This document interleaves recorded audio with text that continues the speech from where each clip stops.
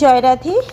আজকের পাঠ সাক্ষী গোপালের কাহিনী, শ্রী চৈতন্য চরিতামৃত মধ্যলীলা খণ্ড, শ্লোক 93।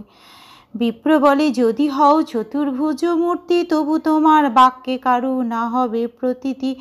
এই মূর্তি গিয়া যদি শ্রীবদনে সাক্ষী দেহ, যদি তবে সর্বলোক শুনে।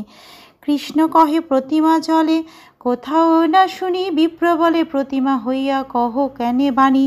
প্রতিমা নও তুমি সাক্ষাৎ ব্রজেন্দ্র নন্দন, বিপ্র লাগি করো তুমি অকার্য কারণ।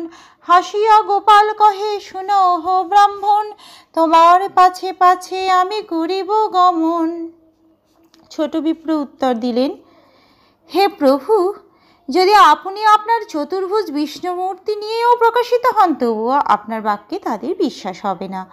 আপনি যদি আপনার এই গোপাল রূপ নিয়ে সেখানে যান এবং আপনার এই শ্রীবদনে সাক্ষ্যদান করেন, তাহলে সকলে তা বিশ্বাস করবে। শ্রীকৃষ্ণ বলেন, প্রতিমা যে এক জায়গা থেকে আরেক জায়গায় চলতে পারে, এই কথা কোথাও শোনা যায়নি। ব্রাহ্মণ তখন উত্তর দিলেন, হ্যাঁ তা ঠিক, কিন্তু প্রতিমা হয়ে আপনি কেন কথা বলছেন? হে প্রভু, আপনি প্রতিমা নন, আপনি সাক্ষাৎ ব্রজেন্দ্র নন্দন। এখন দয়া করে বৃদ্ধ ব্রাহ্মণের জন্য এমন কিছু করুন যা আপনি পূর্বে কখনো করেননি।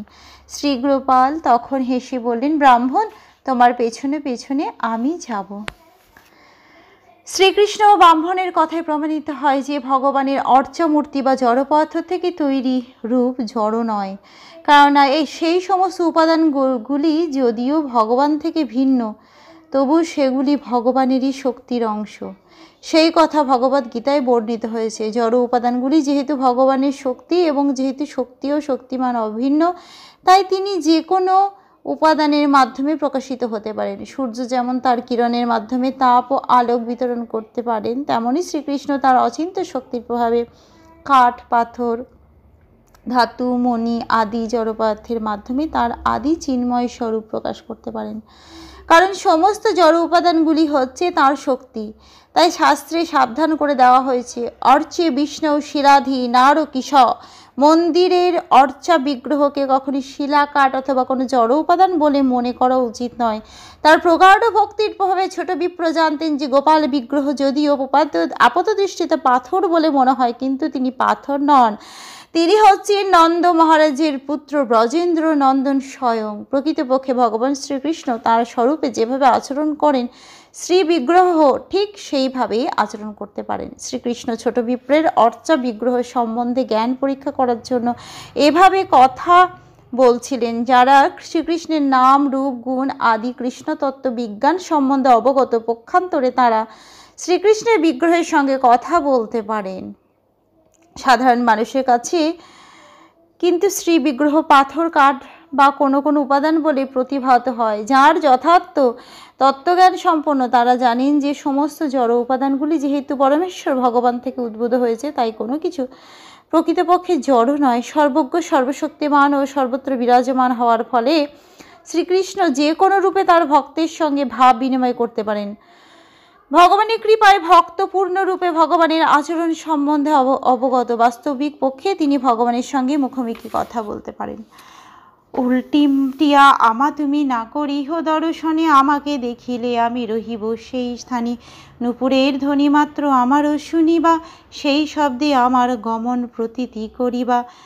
এক কোষের অন্ন রান্ধি করিহ সমর্পণ, তাহা খাইয়া তোমার সঙ্গে করিব গমন। আর দিন আজ্ঞামাগি চলিলা ব্রাহ্মণ, তার পাছে পাছে গোপাল করিলা গমন। নূপুরের ধ্বনি শুনি আনন্দিত মন, উত্তমান্য পাক করি করায় ভজন। এই মতে চলি বিপ্র নিজে দেশে আইলা, গ্রামের নিকট আসি মনেতে চিন্তিলা। এবে মুই গ্রামে আইনু যাইমু ভবন, লোকেরে কহিব গিয়া সাক্ষীর আগমন। সাক্ষাতে না দেখিলে মনে প্রতীতি না হয়, ইহা যদি রহেন তবু নাহি কিছু ভয়। ভগবান বললেন, তুমি পিছন ফিরে আমাকে দেখার চেষ্টা করো না, আমাকে দেখলে আমি সেখানেই রয়ে যাব। আমি যে তোমার পিছন পিছন যাচ্ছি তা তুমি বুঝতে পারবে আমার নূপুরের শব্দ শুনে। প্রতিদিন 1 সের অন্ন রান্না করে আমাকে নিবেদন করবে, তা খেয়ে আমি তোমার পিছনে পিছনে পিছনে যাব। তারপর দিন গোপালের অনুমতি নিয়ে ব্রাহ্মণ গৃহাভিমুখে যাত্রা করলেন, আর গোপাল তার পিছন পিছন চলতে লাগলেন। গোপাল যখন তার পেছনে পেছনে চলতে লাগলেন, তখন উপরের ধ্বনি শুনে ব্রাহ্মণের মন আনন্দে পূর্ণ হয়ে উঠল, আর প্রতিদিন তিনি অতি উত্তম অন্ন পাক করে গোপালের ভোগ দিতে লাগলেন। এভাবেই চলতে চলতে ছোট বিপ্র অবশেষে তার দেশে ফিরে এলেন। গ্রামের নিকটে এসে তিনি মনে মনে ভাবতে লাগলেন, এখন আমি আমার গ্রামে এসে পৌঁছেছি, আমি আমার বাড়ি যাব এবং সকলকে গিয়ে বলবো সাক্ষী এসে উপস্থিত হয়েছেন। ব্রাহ্মণ তখন মনে মনে ভাবতে লাগলেন, সাক্ষাতে গোপাল দেবকে দর্শন না করলে আমার মন স্থির হচ্ছে না, অথচ গোপাল দেব যদি এখানেও থাকেন, অর্থাৎ তিনি যদি আমার পিছন পিছন আর নাও যান, তাহলেও কোনো ভয় নেই। এত ভাবি সেই বিপ্র ফিরিয়া চাহিল, হাসিয়া গোপাল দেব তথায় রহিল। ব্রাহ্মণেরও কহে, তুমি যাহ নিজ ঘর, হেথায় রহিব আমি না যাব অতঃপর। তবে সেই বিপ্র যাই নগরে কহিল, শুনিয়া সকল লোক চমৎকার হইল। আইল সকল লোক সাক্ষী দেখিবারে, গোপাল দেখিয়া লোক দণ্ডবোধ করে। গোপাল সৌন্দর্য দেখি লোকে আনন্দিত, প্রতিমা চলিয়া আইলা শুনিয়া বিস্মিত। তবে সেই বড় বিপ্র আনন্দিত হইয়া গোপালের আগে পরে দণ্ডবত হইয়া সকল লোকের আগে গোপাল সাক্ষী দিল, বড় বিপ্র ছোট বিপ্রে কন্যাদান কইল। এই ভেবে সেই ব্রাহ্মণ ফিরে চাইলেন এবং অমনি সঙ্গে সঙ্গে মৃদু হেসে গোপাল দেব সেখানে দাঁড়িয়ে রইলেন। গোপাল দেব ব্রাহ্মণকে বললেন, এখন তুমি তোমার ঘরে ফিরে যাও, আমি আর তোমার পিছন পিছন যাব না, আমি এখন এখানে দাঁড়িয়ে থাকবো। সে ব্রাহ্মণ তখন নগরে গিয়ে সমস্ত লোকদের গোপালের আগমনী সংবাদ জানালেন। সেই কথা শুনে সকলে চমৎকৃত হলেন।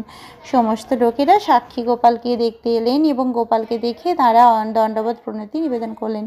গোপালের সৌন্দর্য দর্শন করে সকলের আনন্দের সাগরে মগ্ন হলেন এবং তারা যখন শুনলেন যে প্রকৃতপক্ষে গোপাল হাঁটতে হাঁটতে সেখানে এসেছেন, তখন তারা অত্যন্ত বিস্মিত হলেন। তখন সে বড় বিপ্র আনন্দে গোপালের সম্মুখে দণ্ডবত প্রণতি নিবেদন করলেন। তখন সমস্ত লোকের সামনে গোপাল সাক্ষ্য দিলেন যে বড় বিপ্র ছোট বিপ্রকে কন্যাদান করেছেন। আজকের পাঠ এই অবধি। ভজ শ্রীকৃষ্ণ চৈতন্য প্রভু নিত্যানন্দ,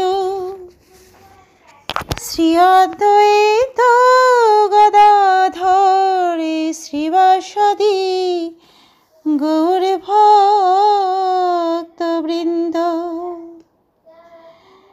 হরে কৃষ্ণ কৃষ্ণ কৃষ্ণ হরে হরে, হরে রাম